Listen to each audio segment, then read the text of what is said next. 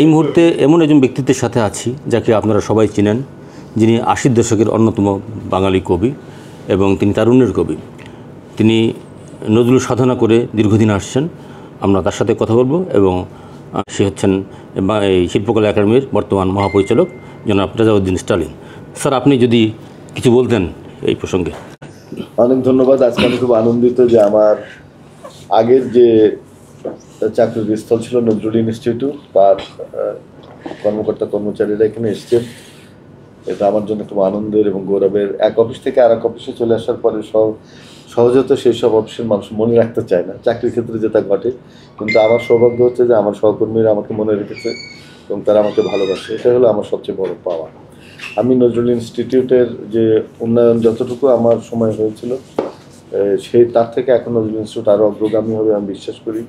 এবং আমাদের কর্মকর্তা কর্মচারীরা অনেক বেশি পরিশ্রমী। তারা অল্প লোক নিয়ে অনেক অসাধ্য সাধন করেছে। সারা বাংলাদেশে তারা নজরুল সম্মেলন করেছে। আমি আশা করি যে ভবিষ্যতেও তারা অনেক বড় বড় কাজ করবে আমাদের জাতীয় কবিকে নিয়ে। এবং তারা আমাকে বাংলাদেশ শিল্পকলা একাডেমির পরিচালনার ক্ষেত্রে তারাও আমাকে সহযোগিতা করবে, কারণ আমি এখানে নজরুলকে আরও বড় করে অনেক বড় পরিসরে তুলে ধরার সুযোগ পাবো। সেটা আমার জন্য বড় পাওয়া। আমি জাতীয় কবির একজন সাধক, আমি নজরুলকে ভালোবাসি। তাকে যদি আমি শিল্পকলার মাধ্যমে তুলে ধরতে পারি তাহলে সেটা আমার জন্য একটা বড় কাজ হবে এবং সেক্ষেত্রে নজরুল ইনস্টিটিউটের সহযোগিতা সবসময় আমি চাইব। আমি মনে করি যে নজরুল ইনস্টিটিউট অনেক